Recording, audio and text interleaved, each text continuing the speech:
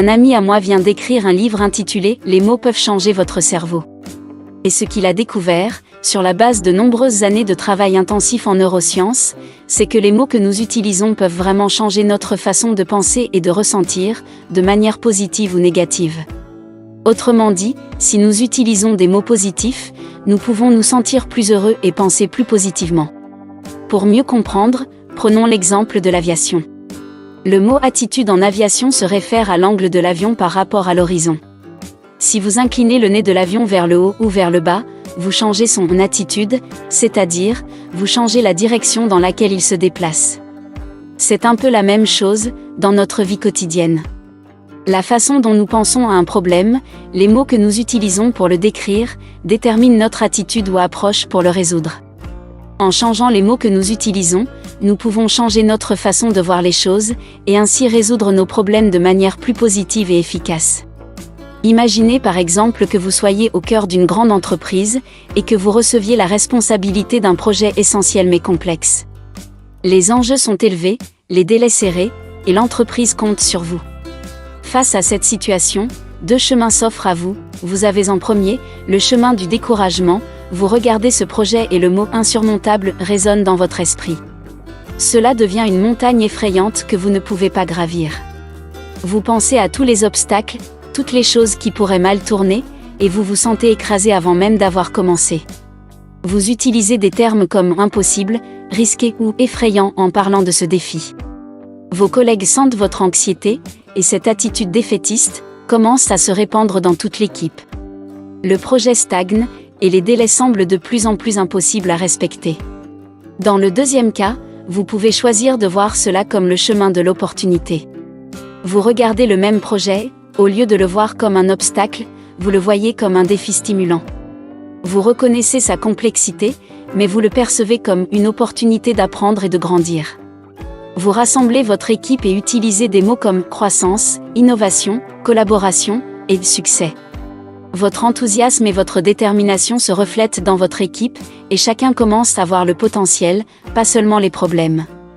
Le projet avance, les problèmes sont résolus avec créativité, et vous atteignez votre objectif dans les délais. La différence entre ces deux chemins n'est pas le projet lui-même, c'est la manière dont vous le décrivez et donc la manière dont vous y réagissez. Les mots que vous utilisez créent une réalité, façonnent votre attitude, et cette attitude se répercute sur tout ce que vous faites. Dans le premier scénario, les mots négatifs créent un mur. Dans le second, les mots positifs construisent un pont. Le choix des mots ne change pas simplement votre perspective, il change votre réalité. Les neurosciences ont démontré que notre cerveau est incroyablement malléable. Il peut se remodeler et se reconfigurer en réponse à nos pensées et expériences. Cela s'appelle la neuroplasticité. Lorsque nous utilisons des mots positifs pour décrire notre réalité, cela peut littéralement reconfigurer notre cerveau pour voir le monde d'une manière plus positive.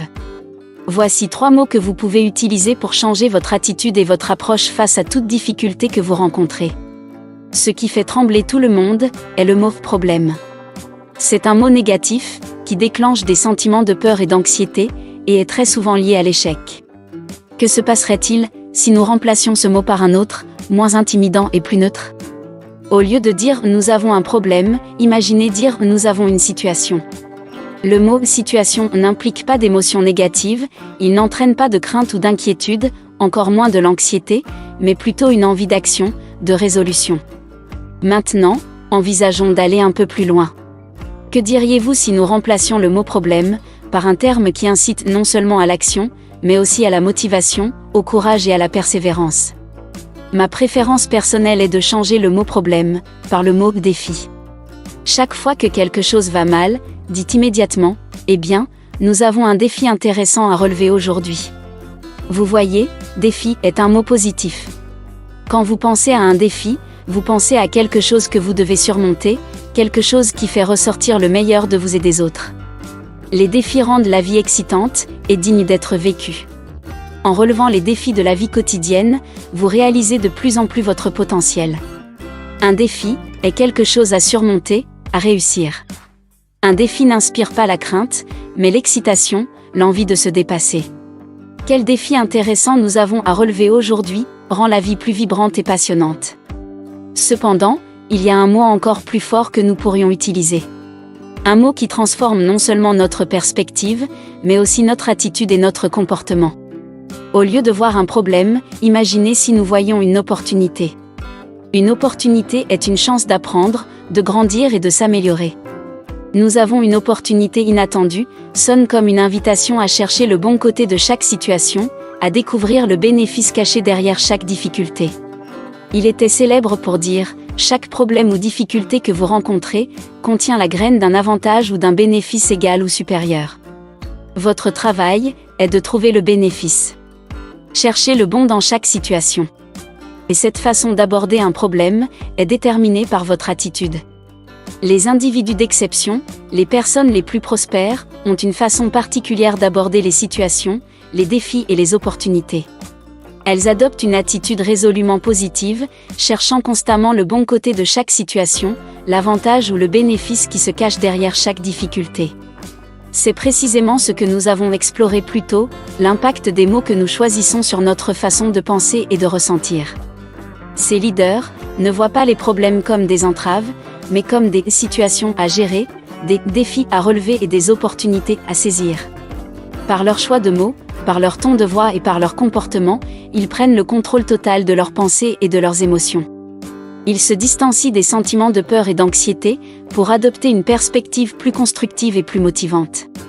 En changeant simplement le mot que nous utilisons pour décrire une difficulté, nous pouvons adopter cette attitude de leader. Nous pouvons transformer notre perspective, aborder les difficultés avec un esprit plus positif, et prendre le contrôle de notre pensée et de nos émotions. C'est une compétence que tout le monde peut apprendre et cultiver. C'est ainsi que ces leaders naviguent à travers les hauts et les bas inévitables de la vie. Ils ne se laissent pas abattre par les obstacles, mais les voient comme des étapes nécessaires sur le chemin de leurs objectifs. En adoptant leur façon de penser, nous pouvons non seulement surmonter nos propres défis, mais aussi réaliser notre plein potentiel et devenir à notre tour des leaders dans nos domaines respectifs. Les problèmes et les difficultés font partie de la vie. Les personnes qui réussissent les voient non pas comme des obstacles impossibles, mais comme des défis normaux. C'est comme les vagues de l'océan, elles sont naturelles. Les personnes qui réussissent savent que l'échec est une partie du voyage vers le succès. Thomas J. Watson Sr., par exemple, n'avait pas peur de l'échec. Il le voyait comme une étape nécessaire pour réussir. Quand nous faisons des erreurs, nous pouvons apprendre et devenir meilleurs. Si nous voyons chaque problème comme une chance d'apprendre, nous pouvons rester positifs et créatifs. L'échec n'est pas la fin. C'est juste une étape vers le succès. Et en changeant notre façon de voir les choses, nous pouvons devenir meilleurs et atteindre nos objectifs.